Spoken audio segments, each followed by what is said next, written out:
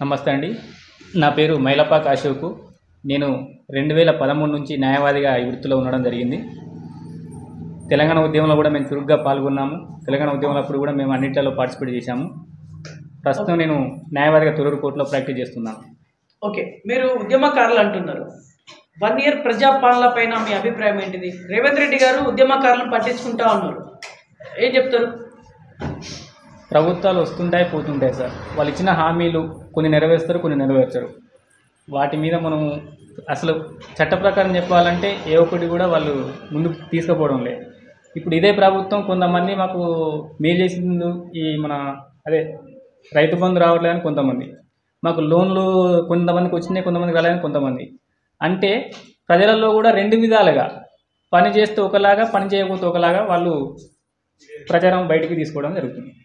Okay, ఇప్పుడు మీరు అడ్వకేట్గా ఉన్నారు, గత 10-12 సంవత్సరాలుగా మీకు ఎక్స్పీరియన్స్ అయితే ఉంది.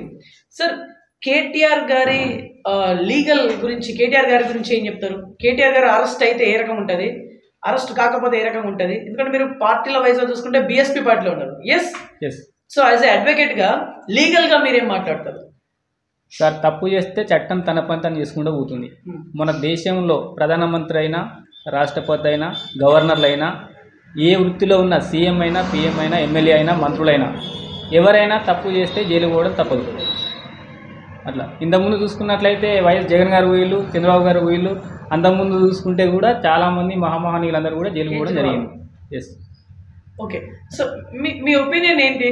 అంటే బీఎస్పీ పార్టీలో ఉన్నారు, బీఎస్పీ అనేది అంతగా లేదు, అంతగా లేని పార్టీలో మీరు ఎందుకని వెళ్ళిళ్ళు? యాక్చువల్లీ మీరు బీఆర్ఎస్ పార్టీలో ఉండేవాళ్ళు, ఎందుకు బీఆర్ఎస్ నుంచి వెళ్ళి బీఎస్పీకి ఎందుకు టర్న్ అయ్యారు? 2009లో నేను టీఆర్ఎస్ పార్టీ, అప్పుడు మా పోచంపల్లి గ్రామానికి, పోచంపల్లి పెదవంగర మండలం, అప్పుడు కొడకళ్ళ మండలం ఉండే. అప్పుడు నేను గ్రామ పార్టీ అధ్యక్షుని కూడా పనిచేసిన.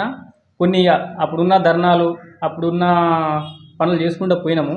కానీ తర్వాత నేను పార్టీ నుంచి అడ్వకేట్గా వచ్చిన తర్వాత, అంటే బీఎస్పీలో ఉన్నటువంటి హావభావాలు నాకు నచ్చినాయి. నేను ఒక అంబేద్కర్ వాదిగా నేను ఆ పార్టీలోకి పోవడం జరిగింది. అదే పార్టీలో ఇప్పటికి కూడా పని చేయడం జరుగుతుంది. మహబూబాబాద్ జిల్లాకు ప్రస్తుతం ఇప్పుడు నేను లీగల్ అడ్వైజర్గా పనిచేయడం జరుగుతుంది. ఓకే, ఆర్ఎస్ ప్రవీణ్ కుమార్ గారు మీ పార్టీని వీడడం అనేది మీకు మైనసా ప్లస్సా? సార్ వల్ల కొంత మైనసేనా? ఎందుకు అంటే సార్ స్టూడెంట్స్ చాలామంది వేల సంఖ్యలో సార్ కోసం పనిచేసిన వాళ్ళు ఉన్నారు, సార్ కోసం పార్టీలోకి వచ్చిన వాళ్ళు ఉన్నారు. ఇప్పుడు సార్ వల్ల కూడా కొంతమంది అందులో పోవడం జరుగుతుంది బీఆర్ఎస్లోకి. కాబట్టి కొంచెం మైనస్గా మేము భావిస్తున్నాం. ఓకే, ఇప్పుడు 1 ఇయర్ ప్రజాపాలన 6 గ్యారంటీస్ ఏం చెప్తారు దానిపైన? 6 గ్యారంటీస్లలో కొన్ని ఆల్రెడీ వాళ్ళు చేసి చూపెట్టారు, కాకపోతే అవి అందరికీ అందడం లేదు. ఇప్పుడు ఇందిరమ్మ ఇండ్లే కానీ, లేకుంటే ఇప్పుడు బ్యాంకు రుణమాఫీ కానీ, ఇందిరమ్మ ఇల్లు ఇంకా స్టార్ట్ చేయలేదు, ఆల్రెడీ ఇంటింటి సర్వే జరుగుతుంది సార్. సర్వే జరుగుతుంది. ఇప్పుడు ఆ సర్వేలో కూడా కొన్ని పేర్లు పోతున్నాయి, కొన్ని పేర్లు అంటే ఏ పార్టీ అయినా సార్ వాళ్ళకి అనుకూలంగా ఉన్న వాళ్ళకే ఇవ్వడం జరుగుతుంది. బీఆర్ఎస్ ఉన్నప్పుడు కూడా బీఆర్ఎస్ వాళ్ళ పార్టీకి అనుకూలంగా ఉన్న వాళ్ళకే వాళ్ళ పథకాలు ఇవ్వడం జరిగింది. ఇప్పుడు వీళ్ళు కూడా వీళ్ళ పార్టీ వాళ్ళకి ఇచ్చుకుంటారు.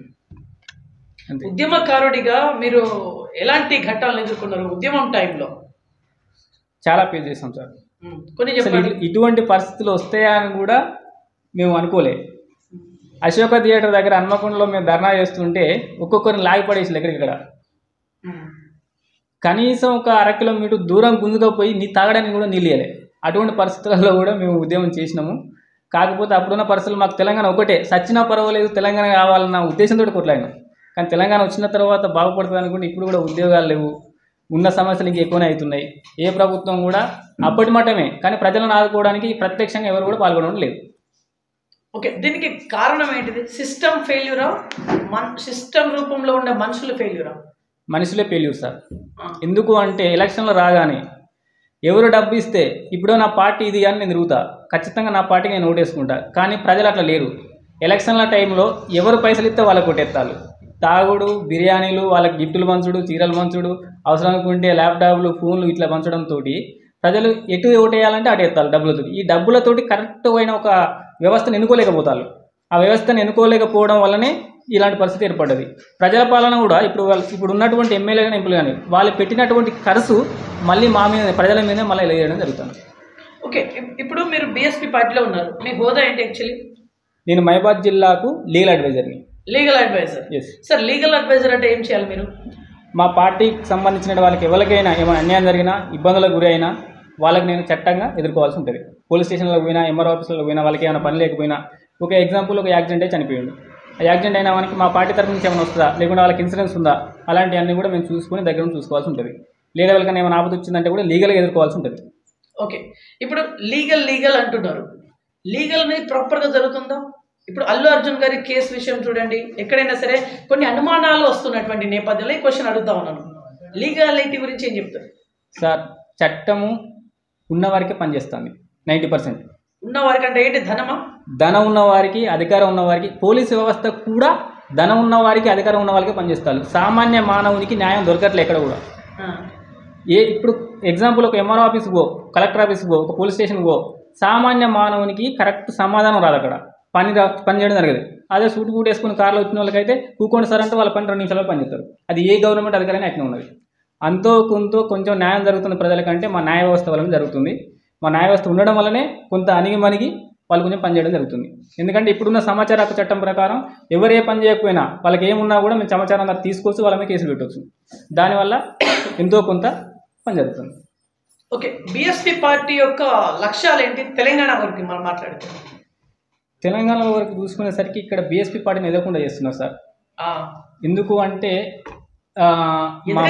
చేసేది ఏ పార్టీ? అన్ని పార్టీలు. ఇప్పుడు ఇన్ని రోజులు బీఆర్ఎస్ ఎదగకుండానే చేసింది కదా, ఇప్పుడు కాంగ్రెస్ కూడా ఎదగకుండానే చేస్తుంది. ఎందుకంటే మా పాలన ఎట్లా ఉంటుందంటే రాజ్యాంగం అమలు ఏ విధంగా ఉందో రాజ్యాంగాన్ని పట్టుకుని ముందుకు పోవాలి. కానీ రాజ్యాంగాన్ని ఎవరు ముందుకు తీసుకురావట్లేదు. ఓకే, మేము రాజ్యాంగం పట్టుకొని రాజ్యాంగం ఆర్టికల్ ప్రకారం పోతాం. కానీ వాళ్ళు అన్ని చట్ట వ్యతిరేక పనులు చేస్తారు కాబట్టి మేము నచ్చట్లేదు, వాళ్ళకి మా పార్టీ నచ్చట్లేదు. ఓకే, ఇప్పుడు స్థానిక సంస్థల ఎలక్షన్స్ రాబోతున్నాయి.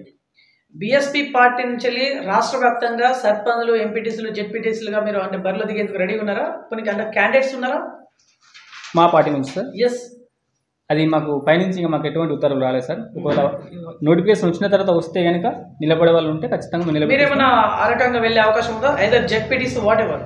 నేను రాజకీయ పరంగా పోను సార్. ఈ వృత్తి నాకు ధర్మం. నేను ఈ ధర్మాన్ని పట్టుకుని ఉంటాను. ఆల్రెడీ బీఎస్పీలో ఉన్నారు కాబట్టి ఎలక్షన్ల పరంగా ప్రత్యక్షంగా నేను పోటీ చేయలేను, అది నేను చెప్తున్నాను. ఓకే ఓకే, ఏదైనా నామినేట్ అయితే తీసుకుంటారు, బట్ ప్రజాప్రతినిధిగా ఎన్నుకోబడదు. అది నాకు ఇంట్రెస్ట్ లేదు ఫస్ట్. ప్రజెంట్ ఎందుకంటే ఇప్పుడు ఎంపీటీసీ నిలబడ్డా, జెడ్పీటీసీ నిలబడ్డా పైన వాళ్ళు మొత్తం తొక్కిపడేస్తారు, అక్కడ ఏ పని చేయనియరు. నేను ఇక్కడ కూర్చొని సామాన్య మానవునికి అన్యాయం జరిగిందంటే నేను నోటీస్ పంపుకోలేకుండా అప్లికేషన్ పెట్టి కోర్టులో పెట్టి నేను ఏమైనా న్యాయం చేయగలుగుతా. అక్కడ ఉంటే ఆయన కూడా చేయనియరు, చేయలేము కూడా. సామాన్య మానవులు కానీ చిన్న అధికారులు కానీ ఎవరు కూడా ఆ పైన ఎమ్మెల్యే, ఎంపీ, సీఎం, పీఎం అందరూ ఉంటారు. ఆ రాజకీయంగా కూడా తొక్కిపడేస్తారు అంతే. కాబట్టి నేను ప్రత్యక్షంగా ఎన్నికల్లో పాల్గొనను. ఓన్లీ నామినేట్ పోస్టుగా తీసుకొని ఉండగలుగుతా. ఎవరికి న్యాయం కావాలంటే ప్రత్యక్షంగా న్యాయం చేయడానికి ప్రయత్నం చేస్తూ ఉంటాను. ఓకే, మీరు స్పెసిఫిక్గా బీఎస్పీని ఎందుకు ఎంచుకున్నారు? ఐదర్ బీజేపీ ఆర్ కాంగ్రెస్, ఎందుకు మీరు వెళ్ళలేకపోయారు బీఆర్ఎస్ నుంచి వెళ్ళి? నేను వాస్తవం చెప్పాలంటే ఆర్ఎస్ ప్రభు సార్ నాకు చాలా ఇష్టం. ఓకే, సార్ చేస్తున్నటువంటి కొన్ని మంచి పనులు హాస్టల్ విద్యార్థులు కానీ, లేకపోతే సార్ తీసుకొచ్చిన కొన్ని సంఘ సంస్కరణలు కానీ అవి నాకు నచ్చి నేను సార్తో ఉండాలని చెప్పేసి నేను బీఎస్పీ పార్టీకి పోవడం జరిగింది. 4-5 సార్లు సార్తో మాట్లాడడం జరిగింది, గ్రూప్ మీటింగ్లలో మాట్లాడడం జరిగింది. ఆయన హావభావాలు పేదవారికి, దళిత వర్గాలకు కానీ, ఉన్నత వర్గాలకు కానీ సరైన న్యాయం జరగాలన్న ఉద్దేశంతో ముందుకు వచ్చింది కాబట్టి ఆ సార్ను ఆచరణ తీసుకొని నేను ఈ పార్టీలోకి రావడం జరిగింది. ఓకే, బీఎస్పీ పార్టీ అభ్యర్థిగా మీరు మహబూబాద్ జిల్లా ప్రజలకు ఏం చెప్పాలనుకుంటారు? ఒకటే చెప్తున్నాను, నేను ఎలక్షన్లు రాగానే కరెక్ట్ అయిన వ్యక్తిని ఎన్నుకోండి. మా పార్టీకే ఓటే నేను అనట్లే, ఏ పార్టీలోంచి ఉన్నా కూడా ప్రజలకు ఎంతవరకు సేవ చేయగలుగుతారు అనే వ్యక్తిని చూసి ఓటేయండి. పైసలకు కానీ లేకుంటే ఇతర ఇంకేమన్నా వ్యసనాలకు చూపెట్టి మందో లేకుంటే బిర్యానీలు పంచితే అవి తీసుకొని ఓటేయకని చెప్తున్నాను నేను. ఓకే సార్, నిన్న 8వ తారీఖు జనవరి 2025 జరిగినటువంటి తిరుపతిలో జరిగినటువంటి తొక్కిసలాట, దానిపైన మీరు ఏ రకంగా ఆలోచన చేస్తున్నారు? భక్తులు చాలా తొందరపాటుగా పోయాలండి. 10 నిమిషాలు ఆగితే అందరం దర్శనం చేసుకుంటూ అన్నీ జరిగిపోతాయి. మేము ముందు పోవాలి అంటే అక్కడ వెయిట్ చేసి కూడా ఆగలేక జనాలు ఉరకడం వల్ల అక్కడ తొక్కిసలాట జరిగింది. అందరినీ ఒకటేసారికి పంపడం వల్ల ఈ రకంగా జరిగిందనే టాక్ వస్తూ ఉంది. వాళ్ళు క్యాంపుల వైజ్ అంటే ఒక్కొక్క వార్డు వైజ్గా పంపుతారు, అది కూడా వాళ్ళు పంపలే. అంటే అక్కడ ఉన్నటువంటి వ్యవస్థ ఇప్పుడు ఎట్లున్నది మనకు తెలియదు. భక్తులు అధికార లోపం ఉండొచ్చు, లేదంటే అక్కడ ఉన్నటువంటి పరిస్థితులు ఎట్లున్నాయని కూడా మనం చూసుకొని మాట్లాడవలసి ఉంటుంది దాని మీద. ఫైనల్ ఏం చెప్పి ముగించాలనుకుంటారు? ఏ విషయంలో? బిఎస్పీ పార్టీ అభ్యర్థిగా ఉన్నారు, అడ్వకేట్గా ఉన్నారు, ఉద్యమకారులుగా ఉన్నారు. ఫైనల్లీ ప్రజలకు కావచ్చు లేకుంటే గవర్నమెంట్కి కావచ్చు ఏం చెప్పి ముగించాలనుకుంటారు? సార్, గవర్నమెంట్కు నేను చెప్పదలుచుకున్నది ఏంటంటే లోకల్ స్థాయి అధికారులు ఎవరు కూడా సరిగ్గా పనిచేయట్లేదు. లోకల్ స్థాయి అంటే ఎవరు? ఒక పోలీస్ స్టేషన్ కానీ, ఆ, ఒక ఎంఆర్ఓ ఎస్ఐ క్యాడరా? ఎస్ఐ క్యాడర్ నుంచి సిఐ క్యాడర్ వరకు, ఒక్కోసారి డిఎస్పీ ఎస్పీ లెవెల్ వరకు కూడా అన్ని రికమెండేషన్ పని జరుగుతుంది. అయితే రికమెండేషన్ లేకుండా ఉంటేనే ప్రజలకు న్యాయం జరుగుతున్న అభిప్రాయం. ఒక సామాన్య మానవుడు పోతే వీనికంటే ముందే అక్కడి నుంచి పలానా వచ్చినట్టు కేసు పెట్టకండి, లేకుంటే పలానా వచ్చినట్టు మన అప్లికేషన్ పడేయండి అనే ఉద్దేశంతో జరుగుతూ ఉంది. ప్రజలకు అన్యాయం జరిగితే కనుక కోర్టులు ఉన్నాయి, న్యాయస్థానాన్ని ఆశ్రయించవచ్చు. మాలాంటి వాళ్ళ ద్వారా ఇంకా ముందు కూడా పోవచ్చు అని నేను చెప్పదలుచుకున్నాను. అంటే ఇప్పుడు పోలీస్ స్టేషన్లో అక్కడ సదరు ఎస్ఐ గారు పట్టించుకోకపోతే అడ్వకేట్ దగ్గరికి నేరుగా వెళ్ళి కేసు పెట్టవచ్చా? ఎస్, కోర్టులో ప్రైవేట్ కంప్లైంట్ ఫైల్ చేసుకోవచ్చు. కాకపోతే ఎస్ఐకి, సిఐకి, డిఎస్పీకి, ఎస్పీకి మా అప్లికేషన్ దరఖాస్తు ముట్టినట్టు రిసీవ్డ్ కాపీ ఉండాలి. ఒకవేళ వాళ్ళు తీసుకోను అని కూడా అంటారు కొన్ని సందర్భాలు. తీసుకోరు కూడా వాళ్ళు. ఒక హయ్యర్ అథారిటీ మీదనో లేకపోతే ఉన్నతమైన వర్గం మీదనో లేకుంటే ఒక అధికారి మీద కంప్లైంట్ వాళ్ళు తీసుకోరు అసలు. ఫస్ట్ తీసుకున్నప్పుడు రిజిస్టర్ పోస్ట్ చేసి అక్నాలజ్మెంట్ కోర్టులో పెట్టి మీరు కంప్లైంట్ ఇచ్చినా పట్టించుకోలేదు కాబట్టి అని చెప్పేసి కోర్టులో ప్రైవేట్ కంప్లైంట్ చేసి ఎఫ్ఐఆర్ రిఫర్ చేయొచ్చు. అట్లాంటి కేసులు మీ దాఖలాలకు వచ్చినాయి? చాలా చేసిన భూమి కేసులలో కూడా కొన్ని కేసులలో పట్టించుకోరు. ఇంజక్షన్ ఆర్డర్ ఉన్నదన్నా కూడా కొంతమంది పట్టించుకోరు. ఆర్డర్ ఉన్నది చేయండి అన్నా కూడా ఎంఆర్ఓ పట్టించుకోడు. అట్లాంటి టైంలో మేము ప్రైవేట్ కంప్లైంట్ చేసి కూడా మేము ఆర్డర్ తీసుకొచ్చి ప్రజలకు న్యాయం చేయగలిగాం. ఓకే సార్, ఇంకో క్వశ్చన్తో ముగించేద్దాం. మొన్న జరిగినటువంటి బీజేపీ మెయిన్ కార్యాలయం, హైదరాబాద్లో జరిగినటువంటి బీజేపీ మెయిన్ కార్యాలయం పైన ఘటన జరిగింది. అంటే కాంగ్రెస్ కార్యకర్తలు దాడి దిగడం జరిగింది. ఇదంతా మీరు కూడా చూసిళ్ళు. యాక్చువల్లీ దాడి గురించి మీ స్పందన? అక్కడ ఎందుకు దాడి జరిగిందనేది అయితే నాకు తెలియదు వాస్తవానికి.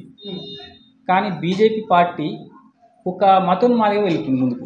మతోన్మాదం ఏమైనా ఒక హిందూ దేశం అని కూడా ముందుకు వెళ్ళిపోతుంది. అయితే ఇక్కడ ఏం జరుగుతుందంటే మన భారతదేశంలో అన్ని కులాలు ఉన్నాయి. కొంతమంది ముస్లిమ్సే కావచ్చు, కొంతమంది ఇంకా బౌద్ధానికి సంబంధించిన వాళ్ళు కావచ్చు, ఇంకా కొంత అనావార్య వర్గాలు కావచ్చు. ఒక్కటే మతంలో ఉండాలన్న రూల్ ఏమైనా ఉందా? ఎక్కడ లేదు కదా.